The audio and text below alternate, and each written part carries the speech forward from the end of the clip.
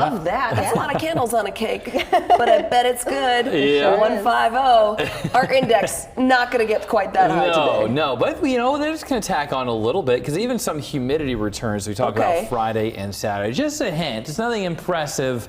But we are talking about some pretty hot temperatures as we go into the Friday. That's going to be when we're closest to hitting a daily record. We shouldn't quite hit there, but either way, we're talking about 80s and 90s for the next 5 days. So plan for that. Also, some strong winds moving in. We already talked about them.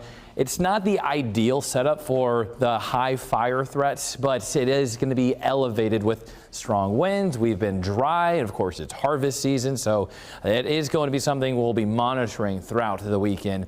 Fall temperatures, they move in as we go into next week. Satellite and radar right now, clouds over us, showers and thunderstorms off to the west. Talking about over Nebraska, that's going to fizzle out as we go through the rest of this morning.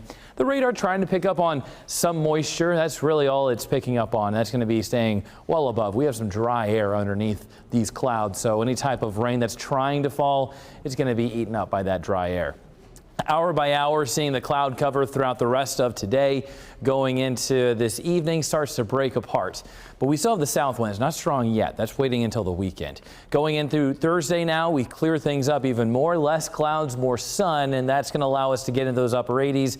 And then we'll see a lot more of the sun again as we go throughout Friday, and that'll again set up for some more of those hotter temperatures. This should be the hottest day of the week and the hottest day of this 8-day stretch going into October.